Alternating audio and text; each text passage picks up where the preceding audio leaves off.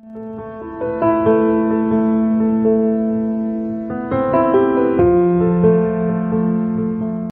vous allaitez, ce qui peut arriver, c'est que vous ayez une fois un engorgement qui va ressembler beaucoup à la montée de lait qu'on a décrite, mais ça peut être sur un seul sein, et puis des fois que d'un côté.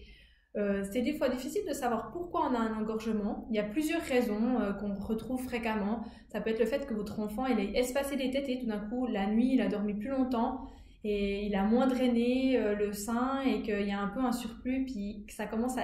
Le sein, il est dur, il est tendu, il vous fait mal. Des fois, le lait, il a de la peine à couler tellement que c'est tendu, comme en fait lors de la montée de lait. Mais là, du coup, c'est plus qu'à un seul endroit ou qu'un seul côté, en principe.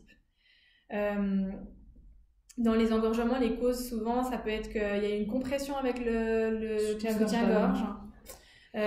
Tu disais les coupelles d'allaitement, des fois, si on les oublie. Ouais, les copettes en argent qu'on utilise passablement, ou bien les formes mamelons qui sont plus gros pour protéger les mamelons. Si on les laisse dans le soutien-gorge d'allaitement, en dormant, ça peut tout d'un coup faire une compression d'un côté. Donc se méfier de comment est-ce qu'on dort. Si toutefois on dort sur le côté, d'enlever ces copettes pour la nuit. Et puis les soutiens-gorge d'allaitement, de toujours utiliser des soutiens-gorge d'allaitement qui sont sans armature. Vraiment qui sont plutôt des bustiers avec un bon soutien mais sans une armature, sans une baleine dure qui là pourrait faire des compressions souvent à l'extérieur du sein. Puis s'assurer que le soutien-gorge soit adapté le cas échéant parce que des fois il peut être trop petit et ça peut faire aussi ces compressions-là. D'autres raisons, ça peut être plus tard souvent, mais même des fois très tôt. Si on a un choc sur le sein, ça peut comprimer momentanément les canaux, ce qui fait qu'il s'écoule mal à un endroit et que ça fait un engorgement à cet endroit-là. Donc si ça vous arrive, vous reprenez exactement les mêmes règles que pour la montée de lait. Vous pouvez aller réécouter notre vidéo sur la montée de lait. Vous allez orienter particulièrement le menton de votre enfant du côté de l'engorgement.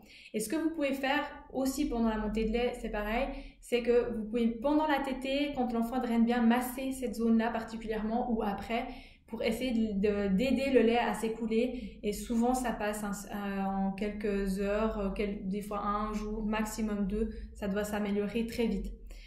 Si et là aussi, mettre du chaud avant les tétées, mettre du froid après les tétées.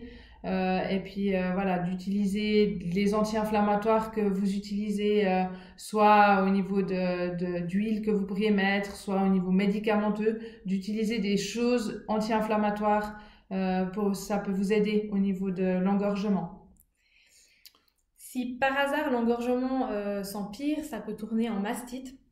La mastite ne vient pas forcément tout de suite d'un engorgement, mais ça peut être la conséquence de l'engorgement. La mastite, ça va être vraiment l'inflammation du sein. Qui dit inflammation, ça veut dire qu'il y aura de la rougeur.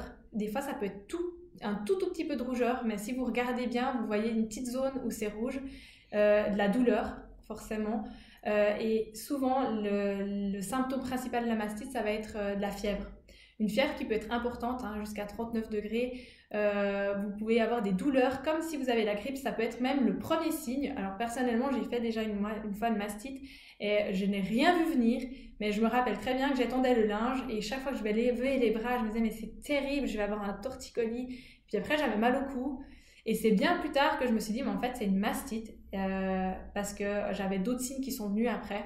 Plus tard, quelques heures après. Oui, quelques heures après, où je me suis dit, mais en fait, je suis pas en train de tomber malade, c'est juste une mastite. Juste une mastite, voilà. Pour la mastite, c'est très important, si vous avez des signes comme ça, que vous en informez tout de suite votre sage-femme pour qu'elle puisse vous accompagner et vous soutenir dans ce moment-là et que vous ne traîniez pas à l'informer. Et elle vous guidera sur la prise en charge, mais tout ce que vous pouvez faire en attendant, c'est exactement la même chose que ce qu'on vient de décrire pour l'engorgement. Vous ne pouvez pas faire beaucoup plus sans votre sage-femme. J'insiste là-dessus, vraiment, si vous avez des signes de mastite, si vous avez un doute ou que vous avez vu que c'est une mastite, informez-en la sage-femme très très rapidement. Ça doit être pris dans les heures qui suivent le diagnostic. Parce que si ça dure sur quelques jours, une mastite, ça peut vraiment s'aggraver. Et puis là, ça entraîne des complications pour l'allaitement. En tout cas, ce sera jamais une raison d'arrêter l'allaitement. Bien au contraire, il faut le drainer, le sein. Donc, il faut vraiment continuer à le vidanger. Mais il faut que ce soit pris en charge par la sage-femme.